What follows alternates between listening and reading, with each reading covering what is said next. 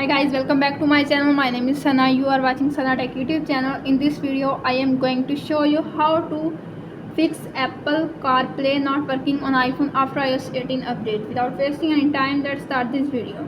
Solution number 1, check for CarPlay. Search CarPlay, tap on, and you can see appears on screen. Check and problem is fixed. If solution number 1 is not working, now applying this solution number 2. Solution number 2 is check for iOS update. Tap on setting app. You can see appears on screen. Tap on general. Tap on software update. If update is pending, download and install the update and problem is fixed. If solution number 2 is not working, now applying this solution number 3.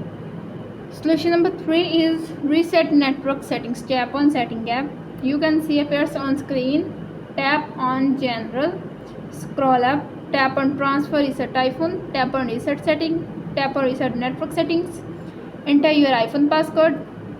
You can see appears on screen reset network settings. This will delete all network settings, turning them to factory defaults. Tap on reset network settings to confirm this action and problem is fixed. If solution number 3 is not working, now applying this solution number 4. Solution number 4 is first start your iPhone. Press the volume up button, press the volume down button and press the power button. When you see Apple logo appears on screen, and release the power button and wait 5-10 seconds and restarting your iPhone and problem is fixed. If solution number 4 is not working, now applying this solution number 5. Solution number 5 is reset all settings. Tap on setting app. You can see appears on screen. Tap on general, scroll up, tap on transfer reset iPhone, tap on reset setting, tap on reset all settings, enter your iPhone passcode. You can see appears on screen. Reset all settings. This will reset all settings. No data or media will be deleted. Tap on reset all settings to confirm this action and problem is fixed.